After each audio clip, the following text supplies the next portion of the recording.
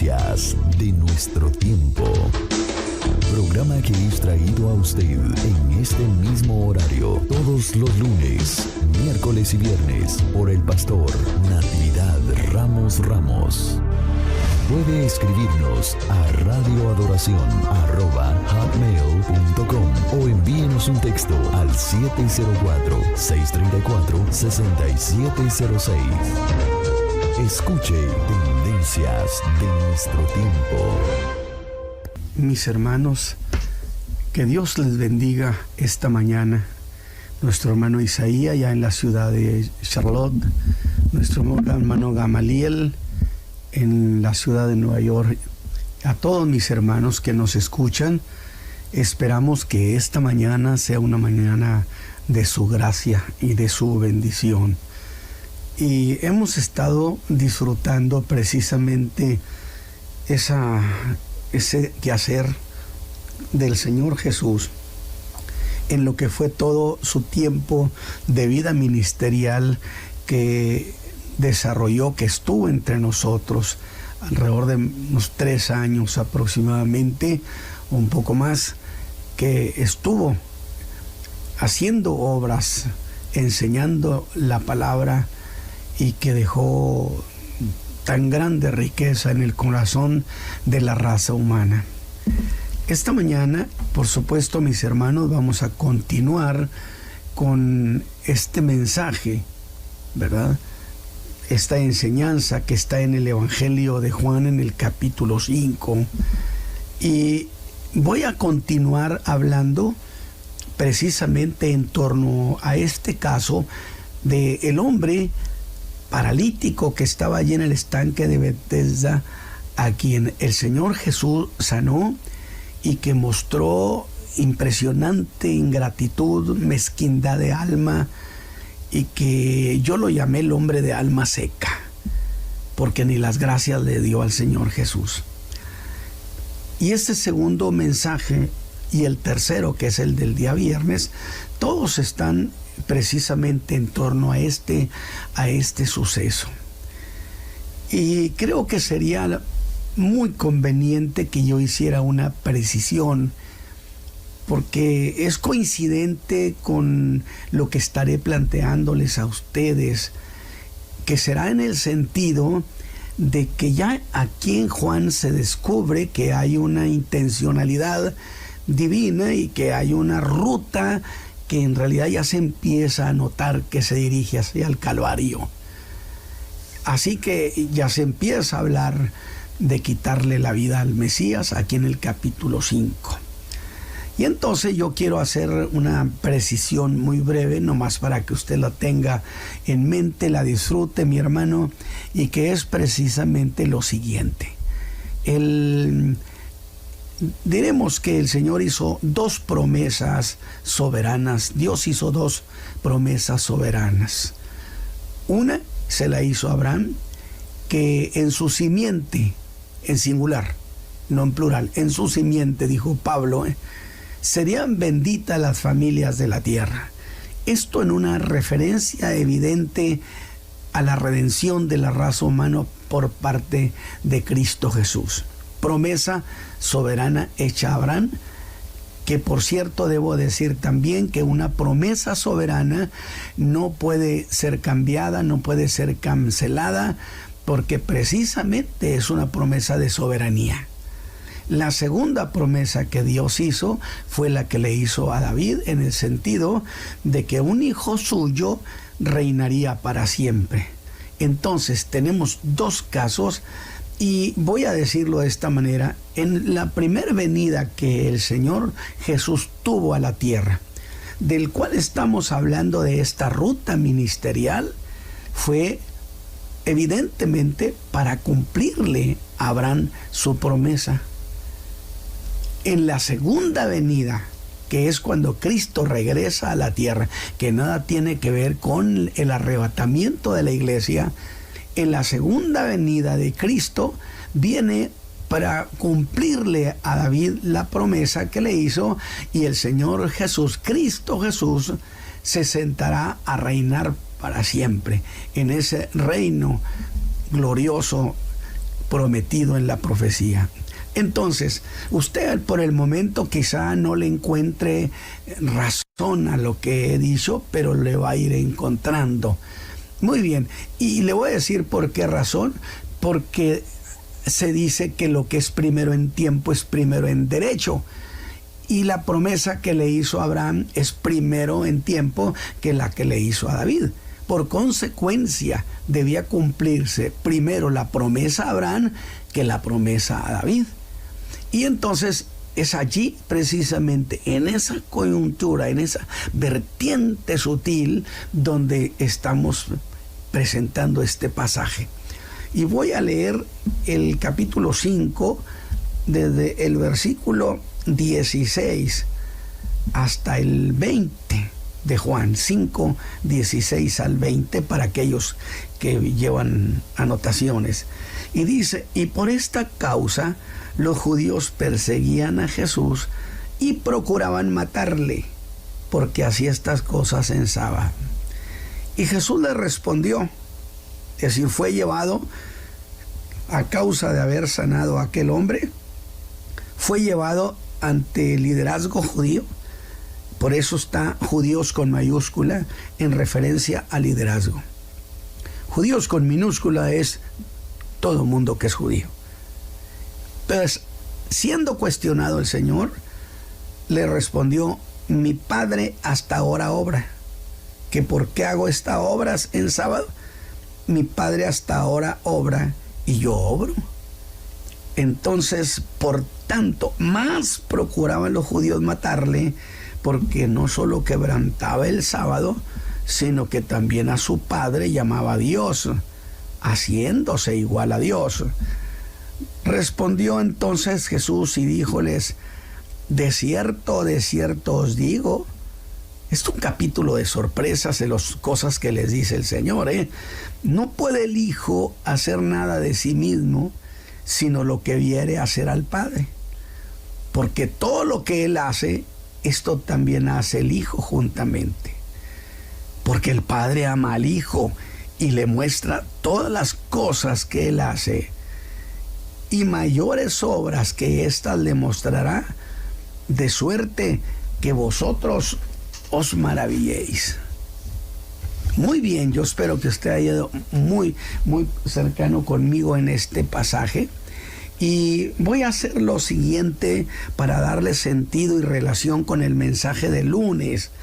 Voy a leer el versículo 15, que es precisamente donde nos quedamos.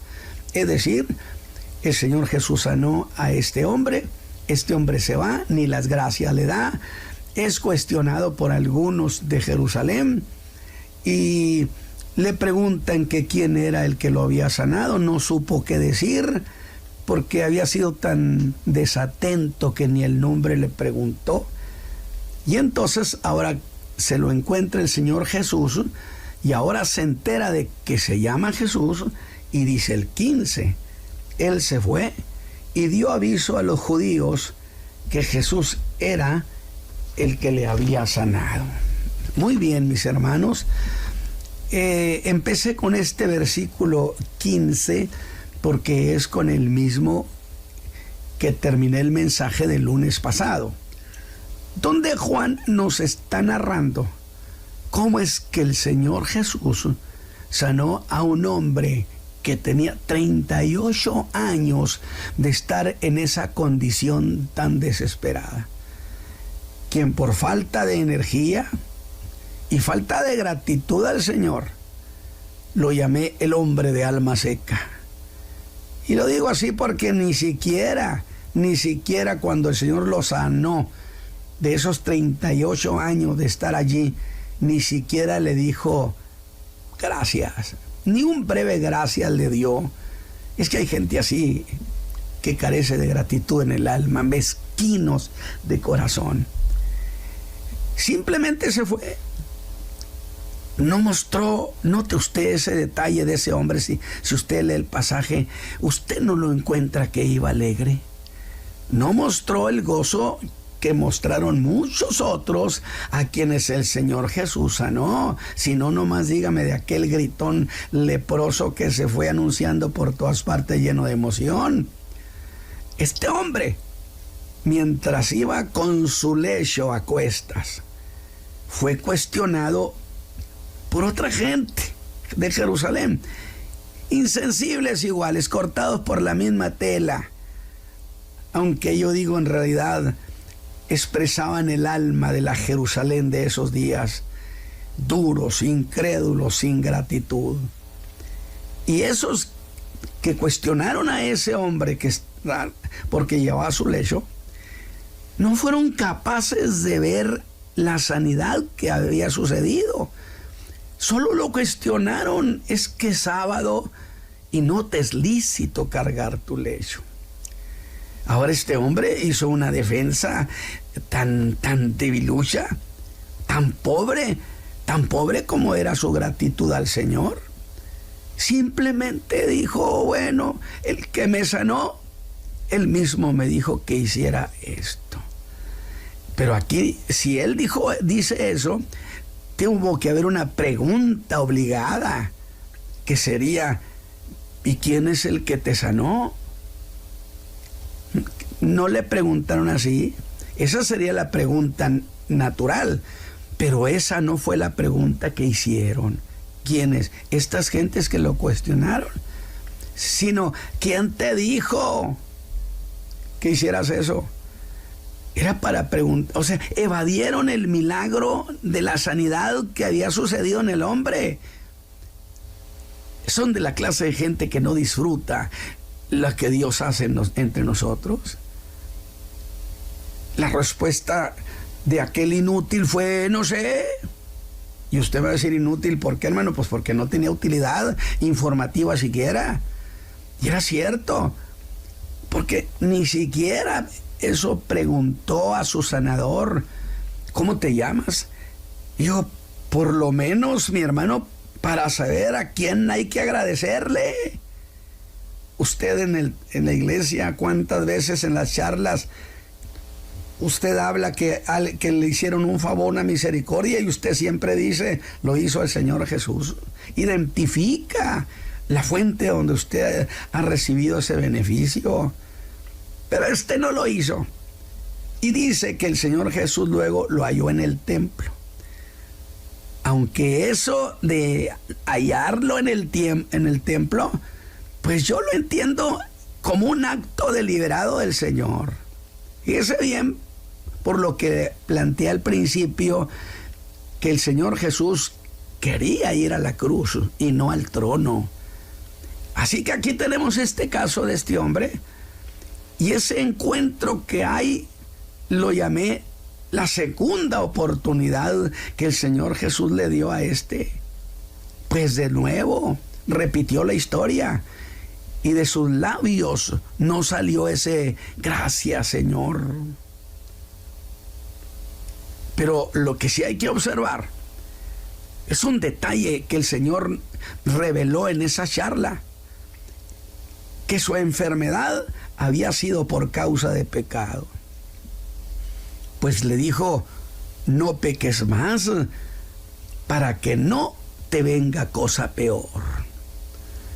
Estás sano ciertamente, pero conservar tu sanidad va a depender de ti. Mire usted, una sanidad cuestionada y condicionada, seguro que sí.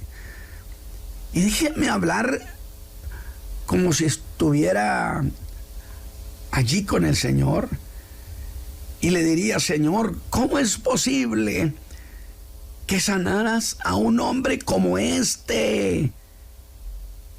Seco, austero, su alma desierta, habiendo mejores almas allí en el estanque de Betesda. Según el Señor, fíjese bien, su enfermedad había sido por pecado. Ahora, ¿qué sería? ¿Qué está de trasfondo en esta historia? No se sabe, pero quizá lo que yo diga sea especulación o sea algo muy razonable, aunque no se puede decir con certeza que así fue. Pero las palabras que el Señor Jesús le dijo, sin decir, dijeron mucho. Dice que el hombre le comenta: Señor, no tengo quien me ayude. Y entonces pregunto yo, ¿en verdad no tenía a nadie, a ninguna familia? ¿O nadie quería saber de él? ¿Qué le parece? Es una posibilidad, porque este hombre se ve alguien de muy distinto. Él no tenía gozo en su corazón. Al paralítico, ¿usted se acuerda el que llevaron aquellos 4 al Señor? Cuando el Señor le perdona los pecados y luego lo levanta, le dice, vete a tu casa. A este de aquí de Jerusalén solo le dijo, levántate, toma tu lecho y anda. Camínele, ¿para dónde? ¿Quién sabe? No le dijo, vete a tu casa. Y la verdad, mis hermanos, usted nota en la narración de Juan que no iba gozoso. Tenía quizá desconfianza del cómo lo iban a recibir sus familiares, si es que los tenía. Yo digo que hay mucho de fondo en esta historia, pero vamos a tener que dejarla ahí. El Señor diría, a mi pregunta de por qué sanaste a este hombre habiendo mejores gentes que él, creo que el Señor diría, es que a esta clase de hombre es al que yo necesito, al que quiero usar como medio. Sé que es mezquino, que es ingrato, pero lo quiero usar para lo que yo quiero que empiece a suceder. Y pienso, entonces había un propósito en la sanidad, en esto que está pasando con la historia de este paralítico, ciertamente. Y esa es la cuestión que quiero en este mensaje que usted procese en su mente, que lo ponga en su entendimiento. Y a partir de que el Señor Jesús lo encontró en el templo, mis hermanos, empezó a brevearse la historia de lo que el Señor quería. Y le voy a dar una idea de este hecho. Volvamos a Juan. Allá en el desierto empezó a gritar, el reino de los cielos se ha acercado. Y la voz se corrió, que uno que parecía profeta estaba diciendo algo sobre el reino. Y la gente salió a verlo, salió a oírlo. La nación se sacudió, se conmovió agradablemente. ¿Recuerda usted los mensajes que prediqué sobre esto? Dije eso en unos mensajes. Pero precisamente Juan empezó a bautizar en el Jordán. Y allí se da un incidente que tiene un trasfondo de lo que estoy diciendo. Es que gente importante del poder, escribas y fariseos, vinieron al Jordán y los calificó Juan como generación de víboras. Y yo no le encontré momento de que él tuviera un encuentro duro con ellos, que le hubieran preguntado algo, ni siquiera.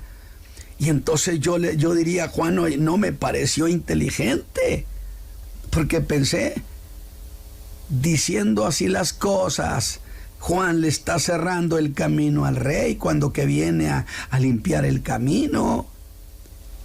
Y dije, bueno, creo que Juan cometió un error y sin duda el Señor Jesús subsanará eso.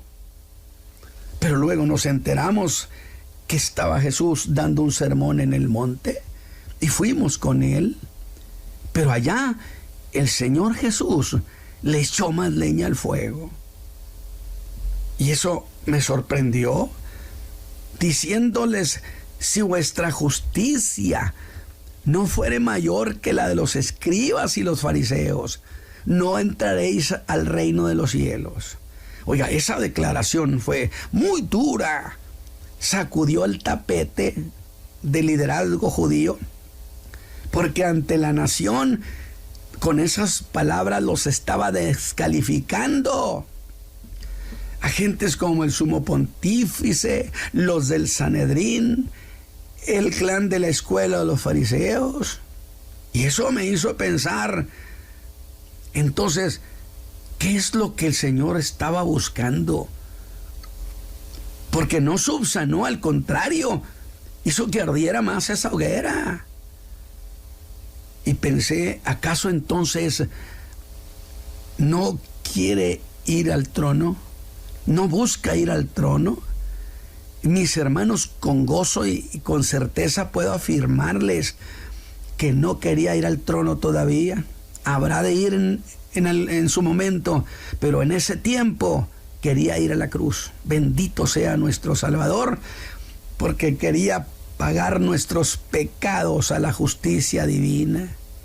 Y mire usted, mi hermano que me escucha esta mañana, alabado sea Dios, si no hubiera hecho las cosas de esa manera, que no hubiera ido a la cruz, que se hubiera ido a reinar, usted y yo no tendríamos salvación. Fíjese bien, no tendríamos salvación, porque dicho, en el trono se gobierna, pero en la cruz se redime. Es más, los gentiles no tendríamos salvación, pero los judíos tampoco. Tendrían rey, participarían de un reino, pero no tendrían más allá nada. Así que no les extrañe, mis hermanos, que sea un predicador que afirmo que el Señor Jesús buscaba conflicto de manera deliberada. Que yo le dije, decía un viejito predicador, buscaba camorra. Su alma estaba encendida por esa pasión. Y es cuando creo entender por qué ese hombre mezquino y malagradecido estuvo de por medio en esta historia. Así que volvamos al verso 15, donde dice Juan que cuando se enteró que se llamaba Jesús, él se fue y dio aviso a los judíos que Jesús era el que lo había sanado. Y eso, precisamente allí estalló el conflicto con el liderazgo judío, el liderazgo religioso y político. Con judíos con mayúscula, dije. Así que ahora el Señor ha llevado las cosas más allá de Juan. Ha llevado las cosas cuando él quería que llegaran a un conflicto abierto. Esa es la cuestión. ¿Y qué es lo que sucedió? Dice el versículo 16, por esta causa, porque había sanado en sábado ese hombre, los judíos perseguían a Jesús y procuraban matarle. Empieza a ver la figura de su muerte. ¿Lo ve, hermano? Porque por ese detalle ha empezado a cobrar fuerza la intención de quitarle la vida. Aunque él dijo, a mí nadie me quita la vida, yo la pongo y la vuelvo a tomar. Eso es lo que Jesús quería, porque él fue a la cruz porque quiso, nadie lo obligó. Por eso es digno de la honra y la gloria y la alabanza. Ahora vea más de cerca eso. ¿Por qué querían matarlo? Dice Juan, porque hacía estas cosas. Espérenme, aquí debo hacer una precisión. No dice el pasaje porque hizo esto. Es decir, no dice porque sanó al paralítico. Eso fue la mecha, ese fue el detonador, fue lo que lo hizo notorio. Pero no le dijeron eso, sino le dijeron, porque haces estas cosas en sábado. Y entonces ahí cambia la cuestión. No le están diciendo porque sanaste a este paralítico en sábado. Oh, no, porque ya en muchos casos sabemos que has hecho las cosas en sábado. Y lo acusan de ser un profanador sistemático del sábado. Es decir, ahora aquí el liderazgo judío le está haciendo la suma de todo con carácter oficial. Por lo que puedo decir, ha nacido la primera acusación del Estado contra Jesús. Profana el sábado. Pero si ese era el problema, si dijeron que en una ocasión pudo haber sido hecho en otro día, sanar en otro día, en lunes, martes, miércoles, cosa que el Señor Jesús defendió con una lógica poderosa. Si el asno de alguno cae en un pozo en sábado, no lo rescatan. Pero luego pienso en el caso de los cobradores del impuesto del templo. ¿No dijo a Pedro cautelosamente, hay que evitar el escándalo? Pero entonces pregunto, ¿allá no? ¿Y ahora sí quería escándalo? Por supuesto que esto es lo que quería. Alabado sea Dios. Estamos frente a un momento cuando el Señor quiere abrir enfrentamiento. Enfrentamiento que terminó en la cruz del Calvario. Que al final de todo era donde el Señor Jesús quería que terminaran. Todo esto, pues, mis hermanos, nos dice que fue un acto a propósito, un acto deliberado de Dios. Así que aquí tenemos el primer conflicto oficial y público entre Jesús y el Estado de Israel, o mejor dicho, y el liderazgo. Y Juan dice que por esa causa se convirtió a partir de allí en un perseguido, en un proscrito. Pero espere un poco, mi hermano, que esto no ha terminado. Estaban acusando del problema del sábado. Pues falta que el Señor, ante el liderazgo, hermano, escúcheme, resulta que le echó más leña todavía de la que ya tenía y la que le había echado. Lo del cojo, mis hermanos, no fue más que el motivo para encender esa hoguera. Porque ahora véalo lo que hace. Vea lo que hace el Señor y alégrese y dele gracias ante esa acusación de que hacía obras en sábado. Les dice algo que los va a hacer saltar de su asiento. Escúchelo, mis hermanos, y disfrute este pasaje. En el verso 17 les dice: mi Padre hasta ahora obra y yo obro.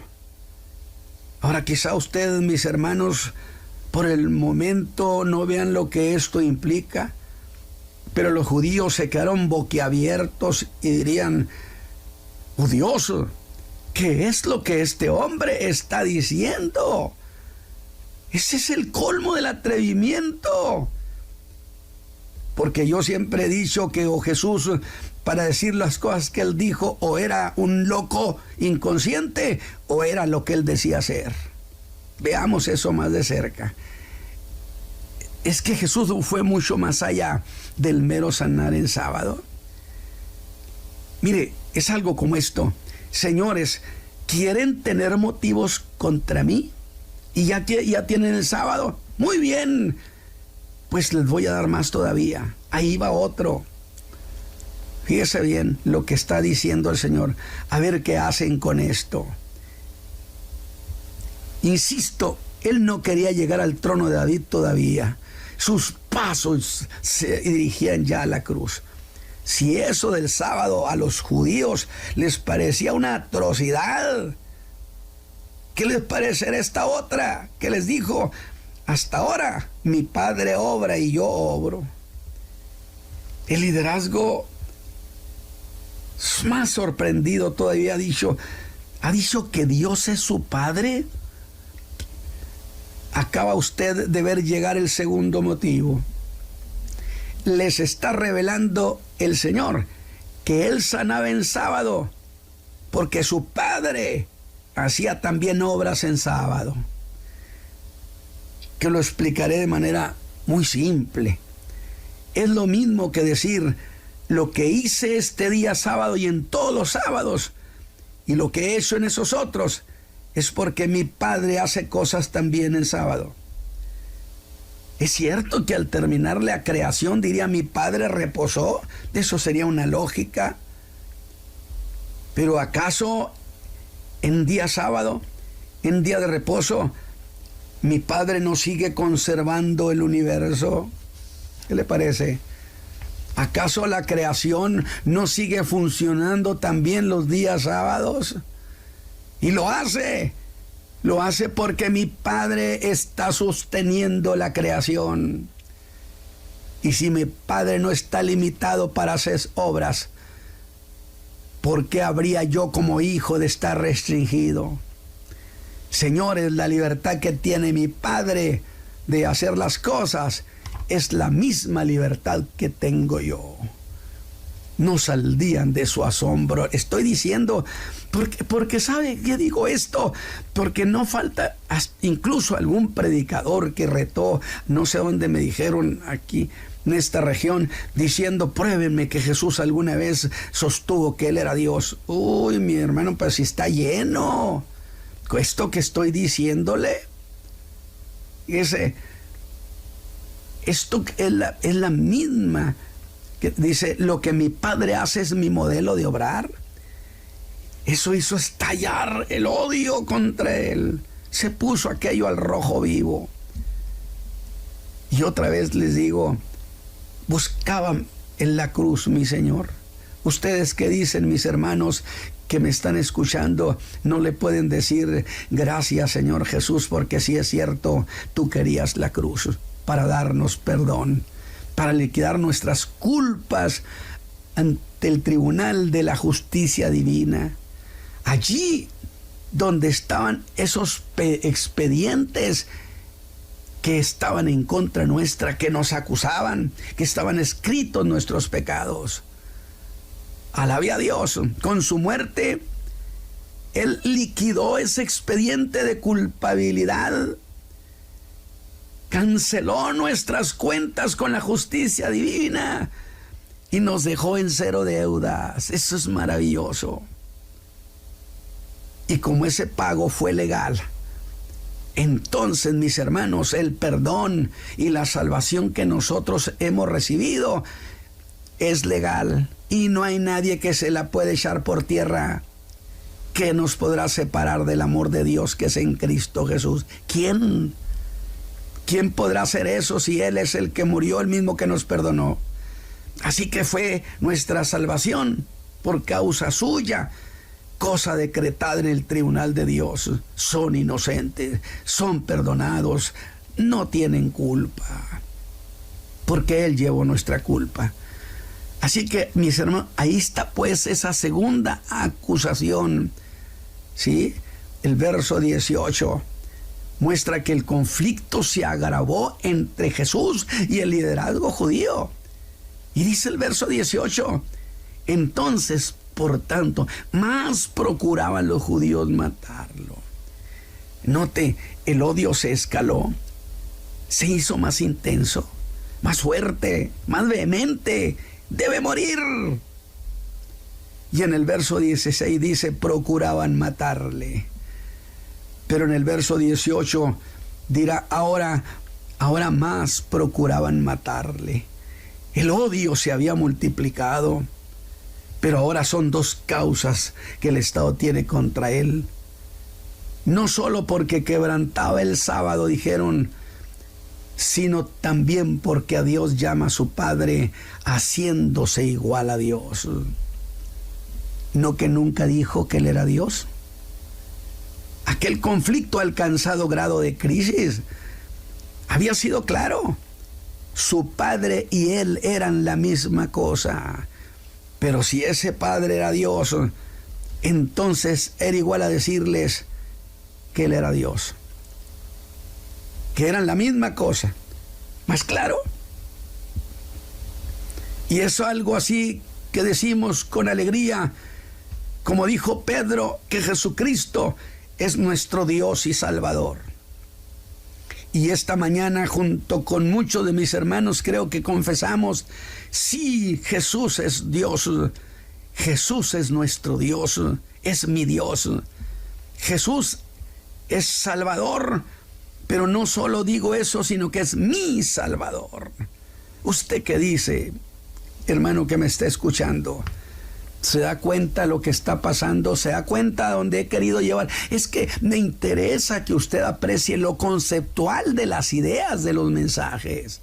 Puedo predicar con mucha emoción la sanidad y nos quedamos viendo la sanidad y qué bonito estuvo. No. Vamos a ver lo que hubo trasfondo, lo que ahí estaba pasando.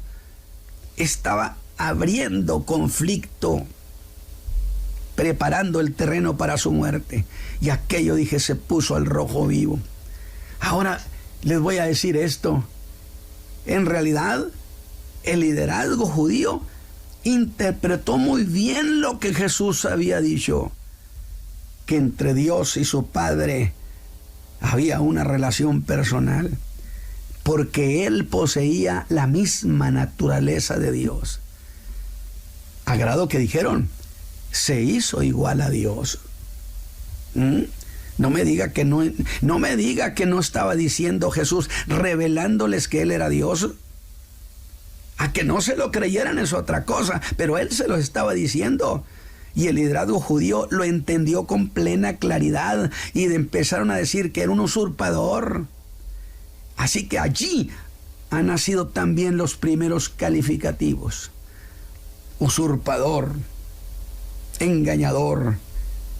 Pero años después, alabado su nombre, uno que había odiado a Jesús tanto así que había pensado que debía hacer muchas cosas contra el nombre de Jesús.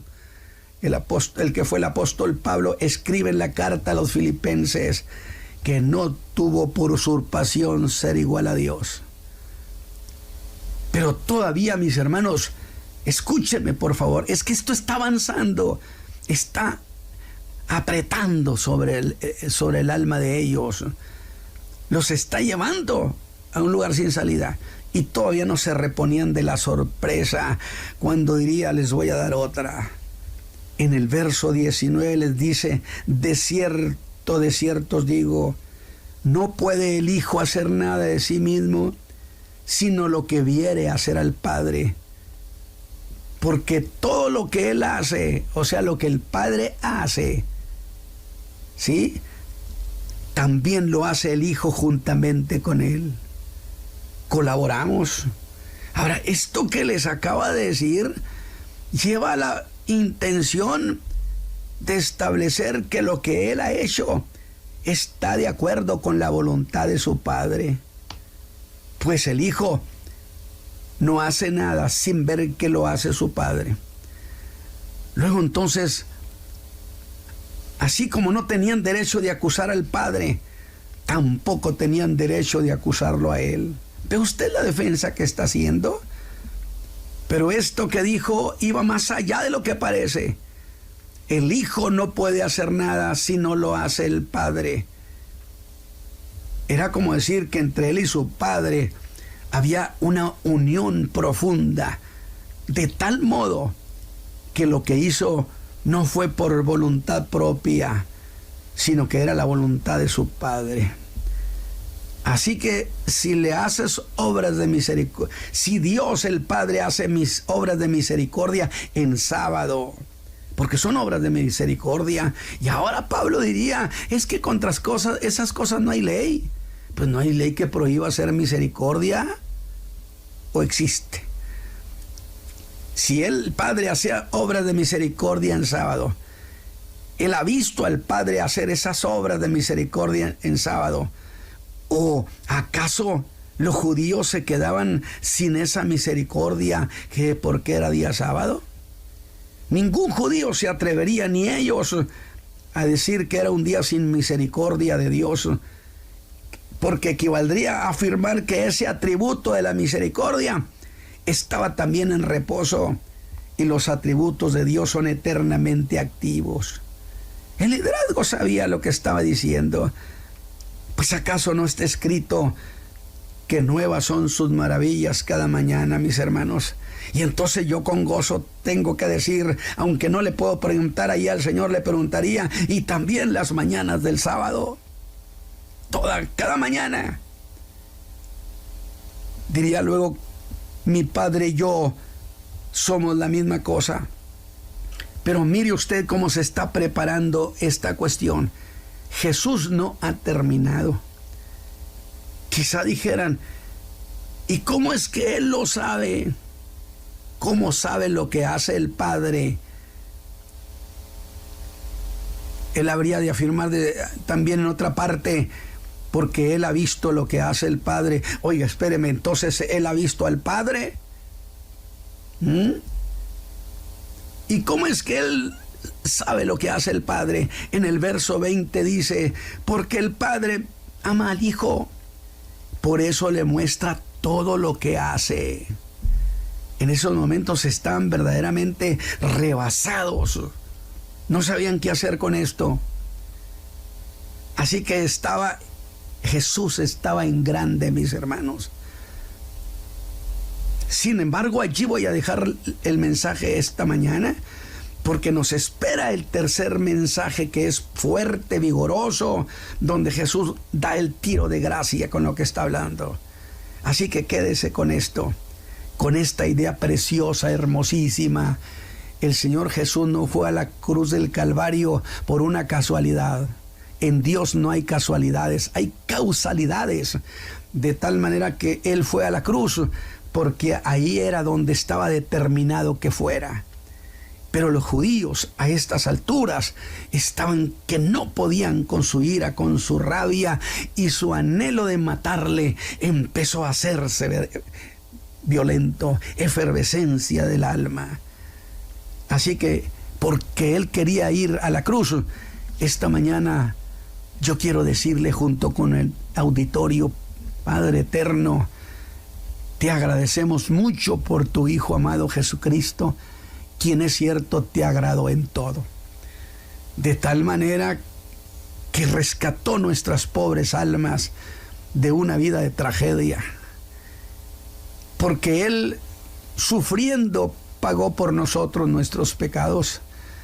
Y esta mañana, Señor, aquí en este programa y en el auditorio, levantamos nuestro corazón a ti para decirte: magnífico, Señor. Magnífico, porque se ve en la palabra que buscabas ir a la cruz.